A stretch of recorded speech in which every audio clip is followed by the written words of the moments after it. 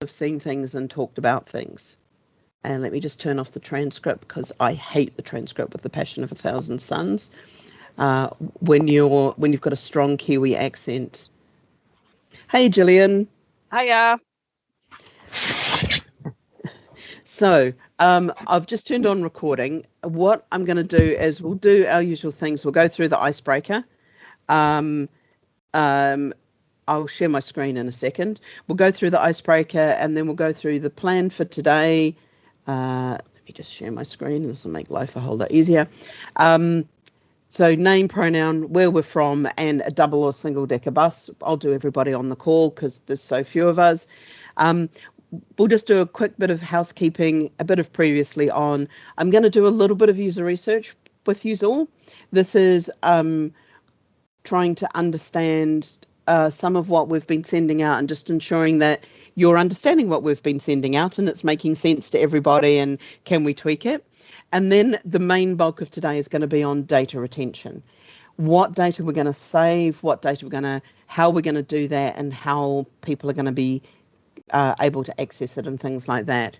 And then our usual feedback corner. We might get this done fast. We might get this done within the standard time. I think the one on Tuesday took about 90 minutes or thereabouts to get through everything. And then we just chatted for the last 20, which was actually also really useful.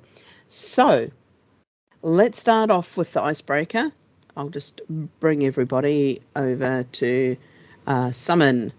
There we are. Summon everybody over to me. So I am going to bring up the list because otherwise I can never remember to call on everybody. And I'm going to go from the bottom up. And we're going to do name, pronoun, where we're from, and double or single deck bus. So I'm Dr. J, use they as a pronoun, service designer, business analyst, hand wavy type who runs these things from DFT, from the NAPTAN team, double or single decker bus. I like the double decker bus because it reminds me I'm in London, which is an amazing place to be. I actually like seeing them also around the countryside. Apparently travelling along the seafront on an open top double decker is quite fun and I'm looking forward to trying something like that. So Richard Hall, I'm going to throw it to you.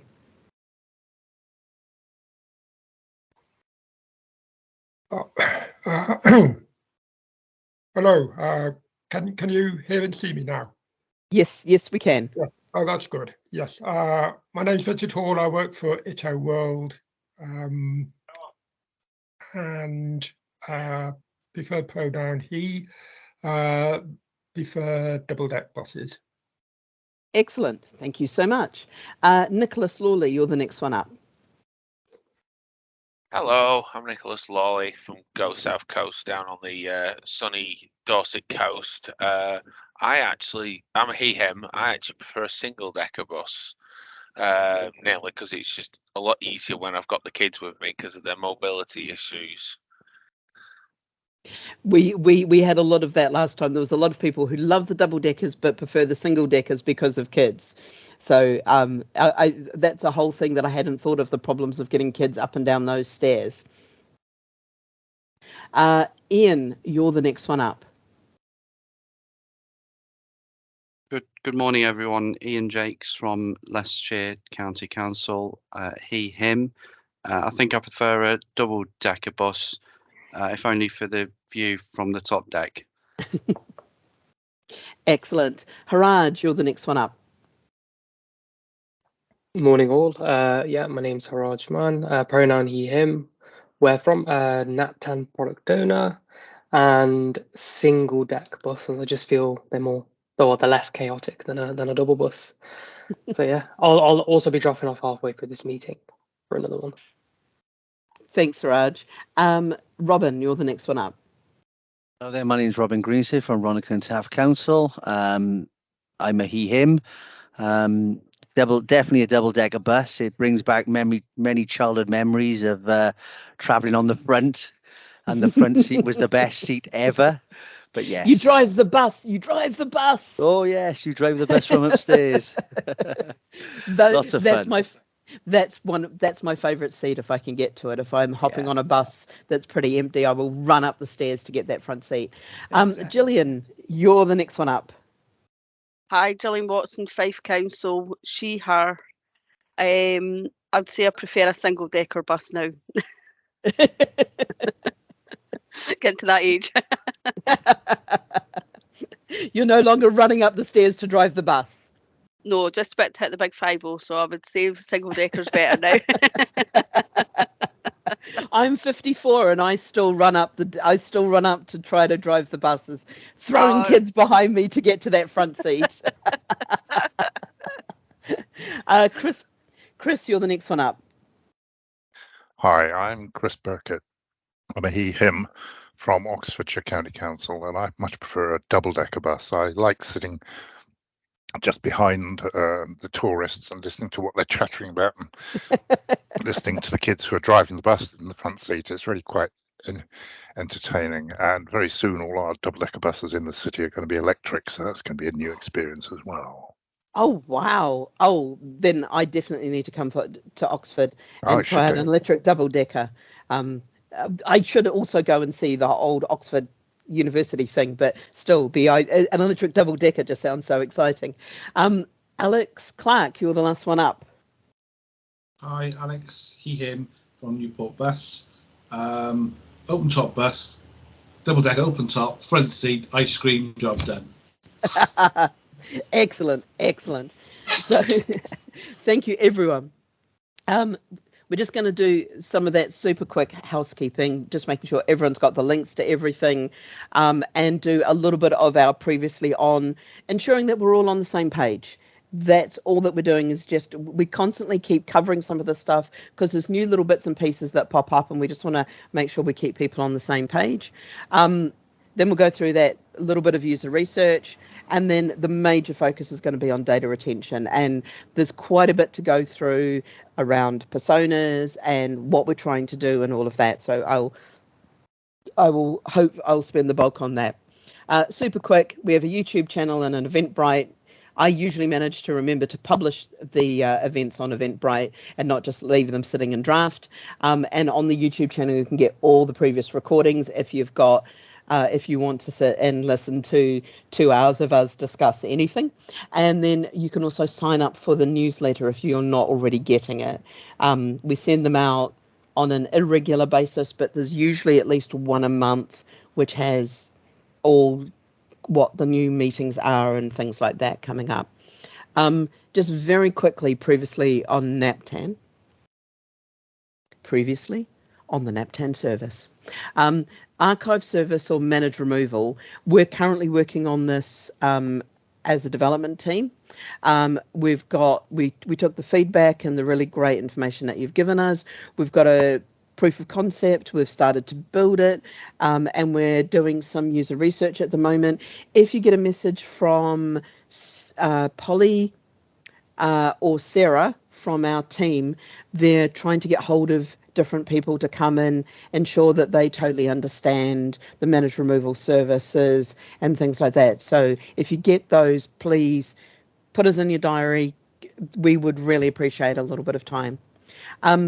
We did some work on street versus schema, and there's going to be a lot more discussion on this, because we know that there's a difference between what you see on the street sometimes and what can be put on the schema. And we want to help users simplify that, get that to the point where the local authorities are really certain about what they're putting in, and it makes sense to everybody who's consuming that data. So if a bus stop looks like a bus stop, we know what the fields are, we know how we're going to call them. But that's going to take some time because some of the simple things like marked hail and rides don't exist currently in the schemas, but we know that they exist in the world. So we're trying to figure those out. And flex as well. Precisely and accurately, there's a whole pile of things around locations. We're working on it. In the meantime, we no longer, if you don't give us latitude, longitude, we no longer overwrite your latitude, longitude and publish out something completely built on your Eastings, Northings. We know everyone's doing Eastings, Northings really well. So there is one way of doing the translation from Ordnance Survey. That's the proper way. And what we're trying to do is get everybody up to that same standard. So we're working with Ordnance Survey to kind of look at how we can do that and how we can get you, because one of the things we've realized now, we're no longer hiding the data, is that all the different softwares are doing the translation slightly differently. So we want to make it so that everyone can do the translation in the same way, so there's that consistency. So when you place a bus stop, you know exactly how somebody's going to be able to read it. Coaches, we had to discover what a coach was and how it's different from a bus. There's a whole pile of small differences, and especially around the mechanics of it and how the passengers work, but also how the driver's time is measured. And those are things that we need to take into account when we look at how we do some of the stops. We had some feedback on the roadmap, and I'm still analysing the multiple ways, and my head goes back in my hand. We are using ATCO and NAPTAN at cross purposes occasionally. Some people are calling the ATCO code the NAPTAN code. Some people call it an ACTO NAPTAN. There's all confusion going on. I've just also found some documentation from BODS that also has this wrapped around and uses some confusion. I'm trying to find a way to talk about this and explain this super clearly, and also ensure that the producers understand what they're doing in the different ways that they can play with an ACTO code and an NAPTAN code, and the consumers totally understand what these codes are about.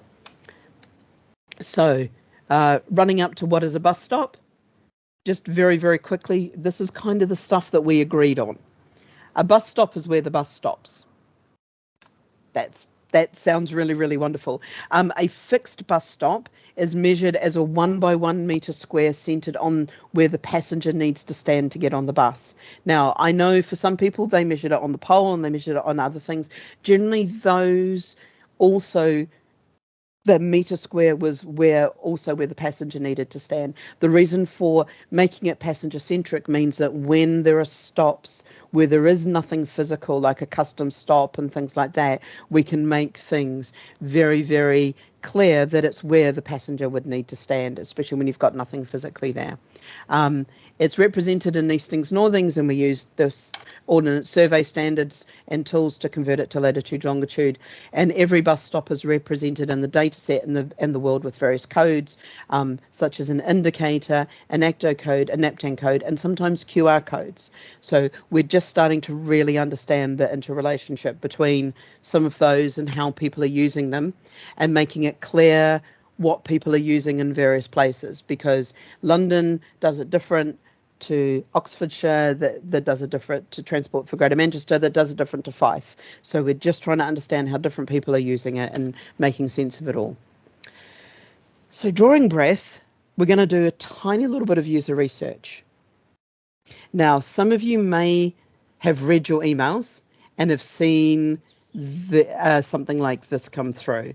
So this was a little bit about us talking about how stable or unstable, but generally how stable the NAPTAN service is, because we know that the previous system was notoriously unstable. It would go down for a couple of days and it wouldn't stay up for long. The new system is much more stable. So we wanted to think about how we talked about this and how we let everybody know. So we've put together a little bit of something that we emailed out. And what I want you to do, we've got a couple of questions on what we've presented here. What are we telling you about here? What is superfluous? What else is needed? Just let Dennis O'Shea in. What else is needed? Is getting this particular information about once a month a good frequency for you? And how would we tell you about new features? So what I'd like to do is give you about 5 minutes just to put in the answers to those questions, looking at that stability metrics piece. Does this make sense to everybody? Are there any questions before we launch on in? Cool. I'm going to set up a timer and I'll give you 5 minutes to kind of go through and give us answers to those questions. Then I'll read through them and we'll do the usual chit-chatting around them. 5 minutes later.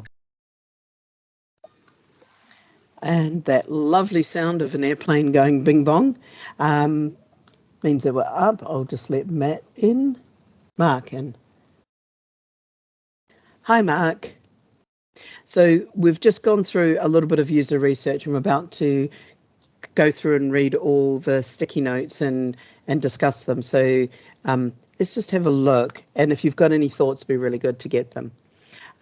So we provide a little bit of stability metrics. What are we telling you here? Just reassurance that the system is working. I'll be honest and say I'm not really sure. So it'd be good to understand when you say you're not really sure, is it the metrics that we provided or what we're trying to say? Just trying to tease that one out just the tiniest little bit.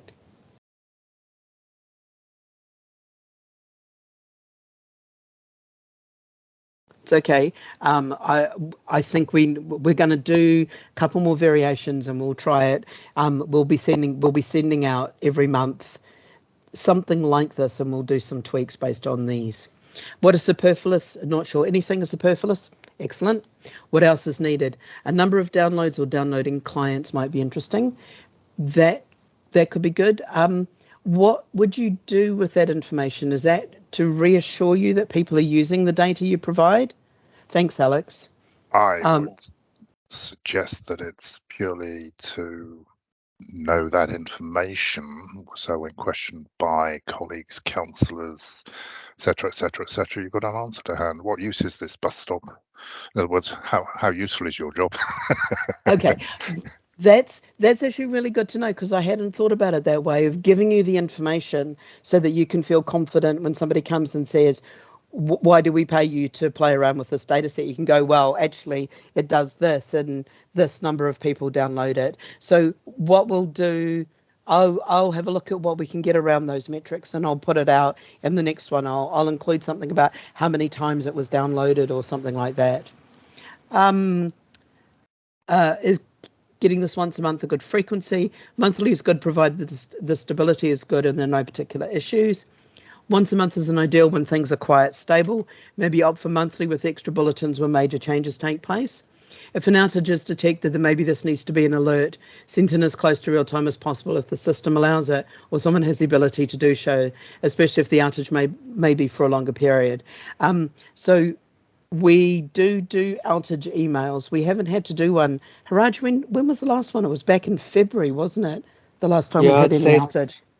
Probably around 4 months ago. Yeah, we've not really had many outages this year. We've focused a lot on making sure everything's mint, and when it comes to stability. So but if there is anything where the site will be down, we will message you with updates as soon as we know that. This monthly is very much just about reassuring you that we're on it, and also like with this one, there is a rare glitch that occasionally pops up, and we just wanted to let people know we're trying to uncover what's going on with this rare glitch, because it will occasionally you see it, but it's so occasional we're struggling to get it to figure out how repeatable it is. And then how do we tell you about new features? Include in the bulletin as an additional heading. So I'm going to ask, and this is a bit of a pop quiz. Pop quiz, what new features did we roll out last month? I love the look on Robin's face of like, you did what? Multiple uploads. Yes. Is that one? There we go. 10 points. 10 points for Chris. There was a second one, and I'm just seeing if anyone knows what the second one is.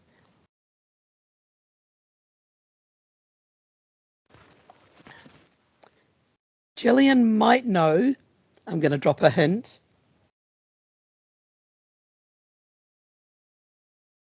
No.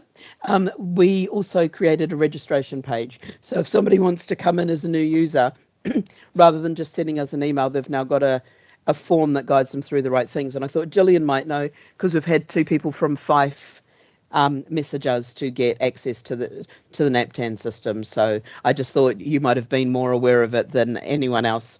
But those are the 2 things. So those are the 2 new features that have come in. So when we put new things in, we will make a bit more noise about them. So taking a deep breath, we're going to go through data retention. to go through data retention, I first need to make sure that we're all on the same page of how data moves through the NAPTAN system. So I'm going to talk us through that, then I'm going to take us through some personas, and then talk about the investigations that we've done, and then talk about what we're planning on doing and what we're thinking of doing. And this is a draft. This is the second time we're showing it to people.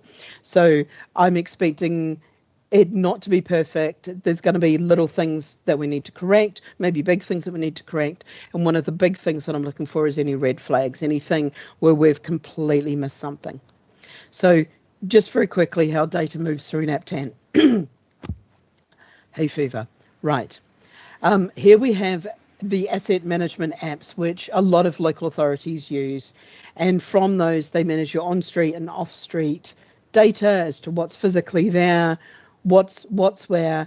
And from those, you produce a NAPTAN file, which is your NAPTAN file for a local authority, and they will have notes in it. You then upload that to the NAPTAN site, the NAPTAN service, and the file, the first bit that it goes through is a bit called NAPTAN upload, where the file is validated against the schema. So it goes off and says, is this valid? Is there anything that we need to do? The next thing that it does is something called, just give me a second.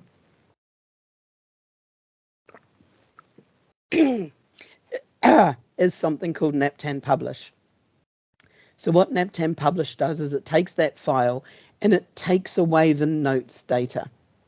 Now, one of the reasons that we take away the notes field and don't publish it is that it's got PII information within it, personally identifiable information. So as responsible data producer doing GDPR, we take that notes field out.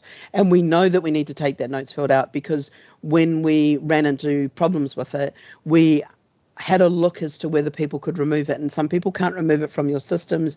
You need the notes field within your systems to keep track of things. So the easiest way for us to manage that is for us to remove it from what's published. That publisher then creates a NAPTAN file for the local authority and a CSV file for the local authority. Then that XML file goes into NAPTAN Combine, and that Combine produces a national file of all of the local authority files combined together, and it creates an XML and a CSV file. And then when it comes to MPTG, it's slightly different. Currently, you email us what you need, we make the changes to MPTG, we upload it, and the files are validated against the schema. We then publish it. It then runs into a national publish, and it's put out as a national XML and a national CSV file. And those 6 files are used by the data consumers for consumer apps, analysis apps, and ecosystem apps. Does this make sense to everybody? Is there any questions about how this might work? Fantastic. So what we want to do is we want to have a look at how much of this data that we need to retain and how we go about archiving it and publishing it and retaining it for the right periods of time. So our process goal is to ensure appropriate amounts of NAPTAN data is retained long term. For local authorities, it's understanding the amount of rollback and history available for NAPTAN. In scope is the storage of the XML NAPTAN files uploaded from the local authority to the DFT NAPTAN service, storage of the national XML files produced from the DFT NAPTAN service, and the storage of MPTG XML files. Out of scope is any storage of files by a local authority and the local authority data retention policies.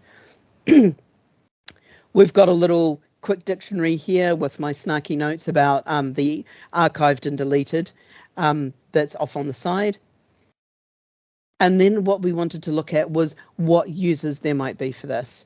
Now, we've split all of the local authorities into 4 types, and then I'll run through those. And then we've got some other people who are planners and academics and some internal DFT people who are also involved.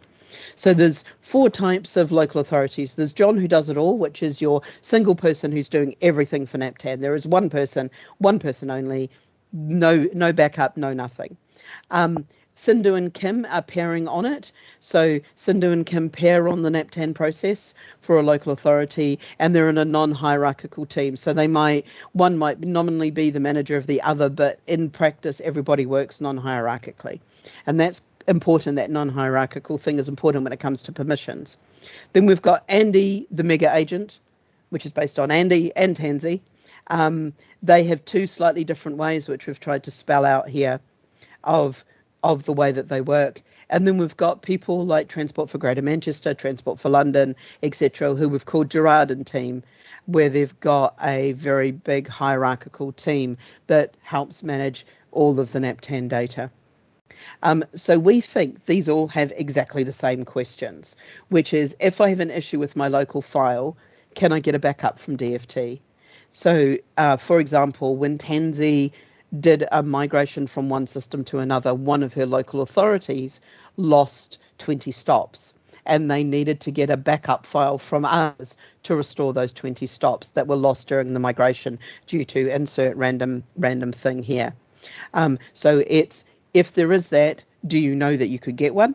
And if somebody asks you for a historic file, how would you get it? If somebody says, we want to know what the bus stops were in your local authority in 2007 for insert academic reasons here, would you know how to get that data? Would you be able to get that data, and would you know where to go? Then we've got Sequoia, who plans transport. Sequoia works for the planning area of Arcadis and is contracted to a local authority to replan their high street and bus stops. So an example is looking at the historic locations to compare travel patterns, desire paths and footpaths. Sequoia wants to know, who do I get historic data from? Can I see what files are available and how many years of data can they get? And Lambert studies bus usage. So Lambert is studying civil engineering, looking at transport planning, and wants to look at bus stops from 5 and 10 years ago. So wants to look at where the different bus stops were, an example of historic data of stops to build into analysis data set. So who do I get historic data from? Can I see what files are available? How many years of data can I get? Can I request help manipulating the NAPTAN data set? And are there Python notebooks available to help me get to grips with the data? So these, possibly Sequoia would also have the same questions. Then we've got a couple of DFT users. Ava, who manages BODs. We need to look at, I've somehow managed to move this. I think this got moved yesterday. I'll just put that back there and lock it down. So Ava, who manages BODs, what historic data does BODs provide, what requests should be for BODs and what for NAPTAN, and how much historic data from BODs is needed. BODs are currently thinking about these various questions. We've got Andrew, who supports users, who manages the support requests, needs to know, do I have historic data for NAPTAN? How would I share this data with users? How would I ensure the historic data has no PII information in it? And can I let users know what data they can request from DFT? And finally, we've got Ron, who's we've called Cody NAPTAN, because Ron does all the Cody parts for the team. Can I reduce the amount of files that I'm storing? Am I storing the correct files for the right amount of time? Can I ensure only valid files are stored? Can I report on the CO2 emitted impact of storage?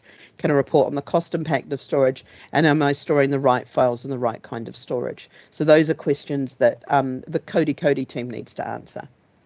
Are there any questions, any red flags, anything you're missing something completely? I've got other questions, anything like that?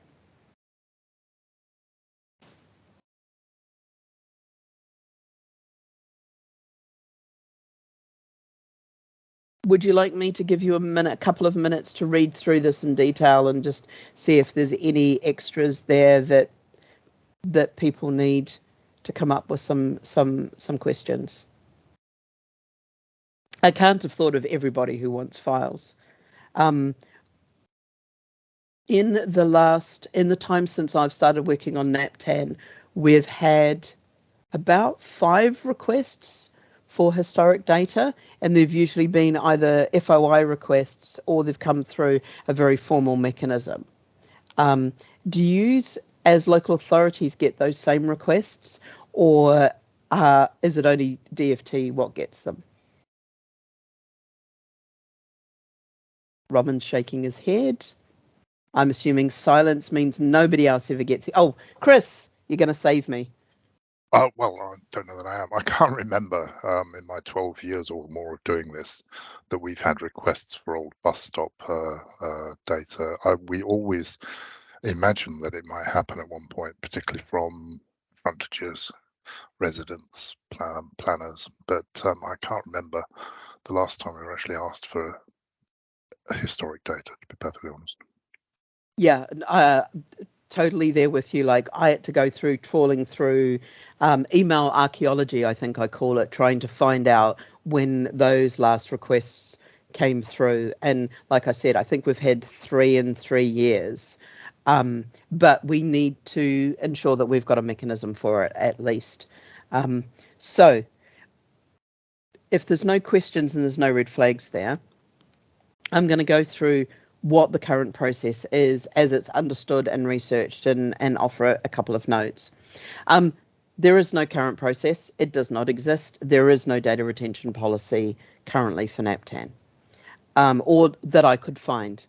So if anyone can recall one and you can give me a vague sense of date, I have a very, very large server that if I've got a vague sense of date, I might be able to find some of the emails about, but I wasn't about to go and file through because we couldn't find anything about it. As far as we understand, there's currently no process for retaining and removing data from the NAPTAN service. There may be older versions of the NAPTAN dataset available in personal drives across the ecosystem. These will contain the notes field with the PII data within them. Versions of the files from the previous NAPTAN are all in NAPTAN 2.1 format, both XML and CSV, and will contain unredacted notes field, both the XML and CSV files. Just trying to be really clear there that those files should probably not be handed on to people with that notes field in them, and we have a mechanism for cleaning that up. There hasn't been a lot of investigation into the subject. We had some conversations with Tim, who gave me a 2016 file set, and he confirms that many others from the ecosystem will have older versions of the files. And I'm saying this because I'm hoping some of you do, and you can send me various bits and pieces. Tansy, who works as the agent for Transport for Wales, needed to get some older versions of their XML files when they had this migration issue. There's occasionally requests from historic data, and there's no information published on the website on what is retained or for how long. Just a quick footnote on PII information that we just wanted to make clear, which is why it's outlined in red. We've been through the fun of PII data release with the notes field, and to avoid a repeat, we need to carefully consider and check any older versions that we publish. There is currently a facility within the NAPTAN service to strip the note fields out, and we're proposing that this is run as a one-off on any old versions of the NAPTAN dataset that we publish, so that we avoid any PII information being released. And as we only need to run this once across a maximum of 15 to 20 files, we don't think we're going to need to run it as a standalone service. We can just ask Ron, who does Cody NAPTAN, to take this and put it through this particular service for us and run it as a little standalone. So I did some data investigation. We've currently got around 1,700 versions of the national XML file held within the NAPTAN service. This goes back to the private beta release of NAPTAN, and they're taking up about 1 terabyte or 900 gigabytes. They're about the same number of national CSV files, local XML and local CSV files, stored on NAPTAN and MPTG services. And the difference in number of files is due to the different start dates of each service during the migration. If you recall, we had some bits that started at various times, and you can almost tell the start dates by when we start to store that data. So currently we're storing somewhere between 3 and 4 terabytes in standard storage of data. The other thing, and this is not laying any shade whatsoever on any local authorities, but there are variable rates of uploading data to the NAPTAN service from the different LAs. The most frequent is currently Transport for Greater Manchester, who was at one point uploading 7 times a week, even more than that, multiple times a day. Some upload weekly. For example, Andy Hull uploads most of his LAs on a weekly basis. Other upload when there is an update, so Tansy uploads only if they have made a change. And there's some LAs which upload quarterly or even less frequently, Midlothian, for example, which I'm still chasing down. We propose that storing the previous 5 files removed any time element which can vary across the local authorities and gives a consistent storage level which meets their usage of NAPTAN. So if somebody's very active in their files and uploading a lot, they're probably not needing to access the previous work that they did. They will have local backups and things like that. Somebody who might not have uploaded for almost a year or more, they might be on different systems. There might be issues with somebody understanding. So having access to previous files might make a bit more sense for them. So that's the sort of lenses that we were using to look at it. So our recommended actions were to work on a minimal service and present it to the ecosystem for discussion, which is what I'm doing now. Make a request to get the missing files, historic data from the ecosystem. So if you've got any from 2005 to 2020 of the old NAPTAN files, whether it's CSV or XML, I'd love it if it was XML. Just let me know and we can find a way of getting it from you. We need to prepare a planned storage service, publish the data retention policy and what data will be available up on the NAPTAN service, remove the notes field from any historic data that's published, and we also want to install something called Cloud Carbon Footprint, which is an open source tool that allows you to measure what your CO2 emissions are, and we can see hopefully we can see a reduction in our CO2 emissions, and the services we're putting in to manage this aren't chewing up all of our savings from the storage. I've got a little investigation plan, essentially talking to yous, talking to BODs, talking with Travelline, and then once we start rolling it out, doing a bit of a campaign to roll it out. Before I race on to what the process is there any questions or thoughts on what we've been through? Is there anything that we missed in the investigation of this? Fantastic. So here is kind of the high level process. So here is our NAPTAN service. Here, the grey is the local authority file, and we'll see that we'll store up to 5 back. So when you upload a file, N-6 will be deleted. So we'll just keep the last 5 files and just constantly, the moment it hits N-6, it'll be deleted. So you're always able to go back 5 versions of what you uploaded.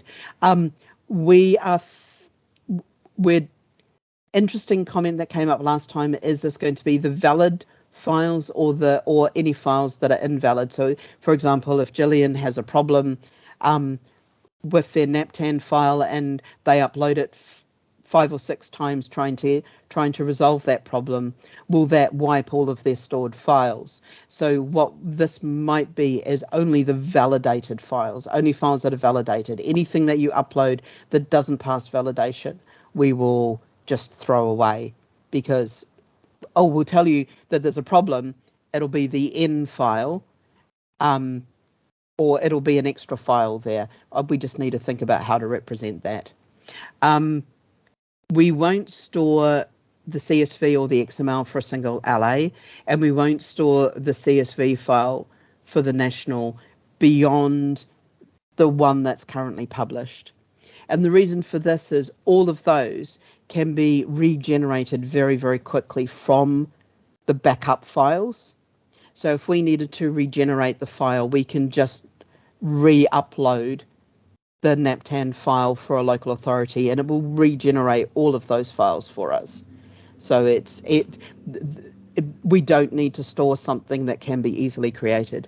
The national XML is the file that we need to recreate everything, because we can either upload the entirety of the national XML file, or from the national XML, we can create a local authority file by summarizing it down and re-upload just that local authority if we need to. So we're going to store 100 of the NAPTAN national XML files and store 100 of the MPTG files. We're saying that all file movements and deletions will be automated. So we're not going to do any of this manually. This is all going to be done by nice little codey bits that run and say, oh, I've reached this point and I now need to go and move this file. Other files are deleted as files come in, so we keep a maximum of 100 files. So it'll start off with file 01, 02, all the way up to file 00, which is file 100. File 100 will be stored into cold line storage, and then it'll start going 01, 02, 03, and just create those and wipe off. So the moment it creates a new 01, the old 01 will go, and so on. So there'll always be 100 files that we can go back. We think with this we're going to have 20 to 30 files per year for NAPTAN and around 10 for MPTG. So that is about what you've been uploading and what the volume's been going through. And this will go from what's called hot storage, which is our standard storage, into cold line storage. And for cold line storage, it needs to sit in there for 90 days at least. And that's one of the requirements of the way that Google does its cold line storage. So we will, starting from January the 1st, or a date, we will put in all of the MPTG files, the blue files, and the NUBTIG files, and we'll build them up, and we'll run them through a year up until April the 5th of, which is a tax year date. And then from that tax year, what we will do is we will clear out and move to archive storage. So the closest file to the April the 5th will be taken off and stored as the file for that particular year. And that will be put into archive storage. And then we will delete everything from January through to December of the previous year. So it's just kind of clearing out those files. We're making sure that we're not going to run into any issues with that 90-day. The files have to be stored for 90-day limits, and it means that we know exactly what's going to sit in our yearly archives. And then when it comes to retrieving it, any of the historical of the NAPTAN analysts, for example, Sequoia, as Sequoia who plans transport for a local authority, I want to view historical versions of the NAPTAN data set so that I know what previous NAPTAN data is available. They will do some kind of request. We will only give them the national XML. We need to think about, can they see what files they can access and how would that be communicated as to this is a historical file versus this is a current file? How can I be sure the file is valid? How can I be sure the file contains no PII? And how do I know what older versions of NAPTAN are still available? And then there would be some way of downloading them and retrieving them. And this needs two little pieces added on. So we've got our new managed removal service that we're working on. Then we've got this data retention service that'll move files across, and then a carbon footprint tool that'll tell us how much carbon that we're using or emitting using all of these different services. When it comes to a local authority, we think this is going to be so absolutely low that we don't even need to build a service. We just need to tell you about it. Be interesting to hear your thoughts on that.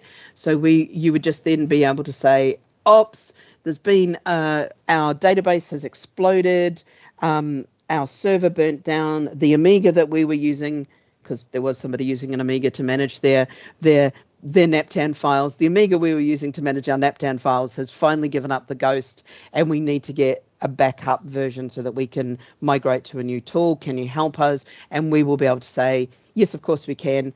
Which of these files would you like? And we can give you any of the last 6 files down to n-5 that you've uploaded. And we don't think that that's going to be often enough that we need to even build a service. So I'm going to pause there and ask, are there any questions? Does this make sense? And I'm just going to squidge back to this here and just leave that service overview on screen. Does this make sense to everyone? Chris? The bit where you were going about asking for very old files, I think you mentioned 2005 onwards. Could you just go over that? What's the point in that, or what's the thinking behind that? So the thinking behind trying to get back as far as we can is that one of the Freedom of Information request, or one of the requests was for a NAPTAN file from 2000 and from around the time of the Olympics. Now, we struggled with that, and that was on the previous system because fortunately we found a file tucked in somebody's which was from 2015 or something that we were able to send them. So what we want to do is just understand from the ecosystem what people have, and then we can, if we have a backlog that goes, okay, here's a file from 2005 and here's one from 2008 and one from 2015, we can publish those and let people know these are the only dates you can get. Does that make sense, Chris?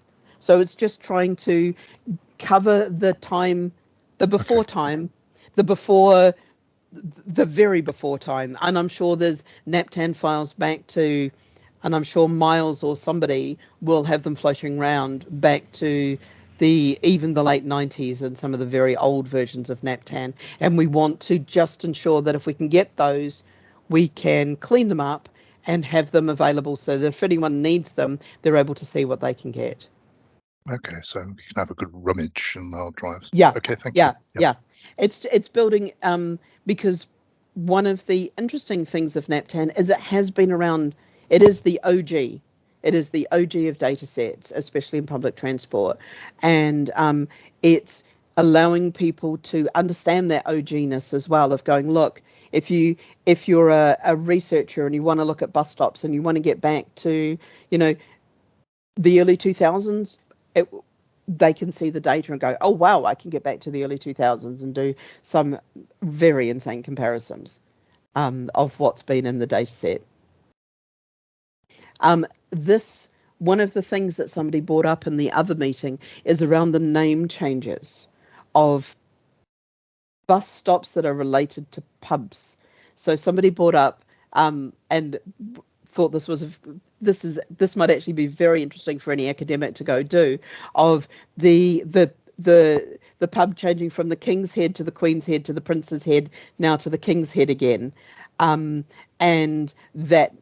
how that name changes within the bus stop names. Could be a very interesting of, like, people still call it the Queen's Head, but it's been called the King's Head for 20 years, but it's still by most locals known as the Queen's Head stop, even though the pub is now called the King's Head, and just allowing academics and people like that to see some of those differences. We have that quite a lot on our network at Reliance. A lot of the villages just have one bus stop and it's the name of the pub changes quite often. Yeah. There's there's one that I constantly talk about in London, which is called either Dunstan Road or Old Kent Road Tesco's, and it depends on it almost feels like which month of the year it is as to which way round it's called. The locals like it as Old Kent Road Tesco's because they know where it is. Nobody knows where Dunstan Road is. But the official name of the stop is supposedly Dunstan Road. But TfL now seem to be sticking with Old Kent Road Tesco's because it means people know where they're going to be going to. Because there's also the Old Kent Road, there's also the Asda, the big Asda, 2 stops on. So it's kind of one of those things of there's such landmarks that you're always going to know, or the locals know where they are, and how do you describe them to people who are not a local? And that is where some of these nuances come in around naming, and hence looking back at the historical data and the name changes of stops might actually be quite an interesting piece. Not suggesting that to any academics. And Chris, if you happen to have any of these old files floating around your systems as well, that would be ace. Do you think that we're saving enough of the data?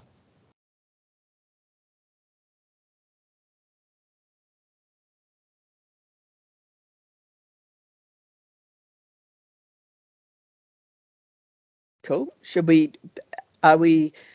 If we dropped it down to maybe 10 files stored rather than 100 files, would that make sense? Or is having the last 100 a good comfort blanket kind of level? I wouldn't like to say, Dr. J. It might be one of those things to set it off as you intend with 100 files and then see if there's any call for it at some point in the near future. Just a suggestion. Thanks, Chris. That's probably what we're going to do is just have a look and see if we do need to go back. By storing that file and keeping a bank of them, it does mean if anything happens to the website and we need to quickly roll back or republish something, we're able to grab something from the last 100, which I believe is around 6 weeks. So it gives us a very, very easy rollback mechanism should something have gone horrendously wrong, which I don't believe that we can, given the way that we produce, etc. But it is one of those things of belts and braces and evolving towards stability. We have raced through today's session. And this is not to say you've not been involved in engaging. It's with a small group. It's all gone a lot faster. So there is our usual feedback corner sitting over here. And the next things that I'm going to be talking about is around Flex, Hail and Ride. Well, the next ones that I was going to talk about was CSV files and visualization, and what your needs are around being able to take the data in a non-XML format, or use the data, see the data, what you're using the CSV files for, and how we can make that visualization much better, much more enjoyable, and find out what you need. And then I believe the one after that, which will be August, will be around the flexible and the demand responsive transport and the hail and rides. And part of the reason for delaying that till August is because the BODS consultation around what the BODS systems needs is still going on, and it won't be completed before the end of July. So I figured we'll start talking about what we need to make the stops. Can people put in flex stops? Are people having problems with them? How do we understand them? Can we make them so that everybody kind of corrals towards the same way of doing flexible stops?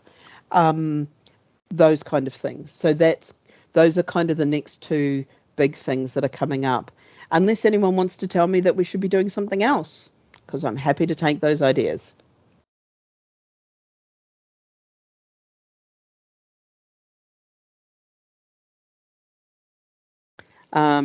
Cool. Chris?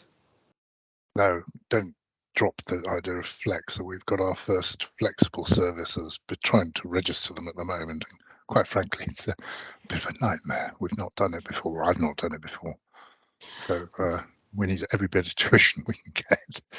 Yeah. Is August going to be okay for you? It's just it's trying to work it around the BODS consultation, and I don't want to come up with something before the BODS consultation is complete and then have us have to change totally because we went back to front or something. I'm sure August will be fine. I'll be able to tell you all the trials and tribulations that are now in the past. Okay. Excellent. And if you need any help in the meantime, Chris, I'm more than happy to sit down and ponder stuff with you, because I'm also looking at it and looking at the way that it's written up in the schema and just trying to make sense of it. One of the hard things when it comes to removing, here's a fun little aside. I'm sure some of you will find it fun. You can have active and inactive areas within a flex, and you can have inactive and inactive stop. So can I delete a stop, or can I allow you to remove a stop that has active areas within it as a flex zone? And what havoc will that, but also what havoc does this wreak upon people's data sets if the flexible stop is considered inactive, but all the zones are considered active? Does that break different people's software? And this is not to give you extra headaches, Chris. It's thinking about the people who are consuming that data for the travel planners and for the flexible services, and things like that, if they're using the NAPTAN data, how do we make it? And I was going to use the word sensible, but it's not. It's consistent. How do we make active actually mean active and inactive actually mean inactive? And are there multiple layers of that within stops that we need to be aware of? And this is all stuff that we're going to get to, believe it or not. There will be an entire discussion on what is an active stop coming up, planning that probably for September. Just kind of thinking about how we describe, because by then we will be able to remove the dead stops, remove the stops that are no longer physically available. So that means we can start to disambiguate or pull apart between stops that are inactive, waiting on them being physically removed, and inactive because they're not able to be used because HS2 is tearing up the road and it's going to be 6 months before the road is back. Or are they inactive because nobody's running any bus stops, any bus services through them? And what's the differences between those, and how do we describe those? And do we need to describe those? So yes, thinking of many things. Any other questions, any other comments or chats? I'm more than happy to, I think I'm going to turn off the recording because this will be a nice quick one for me to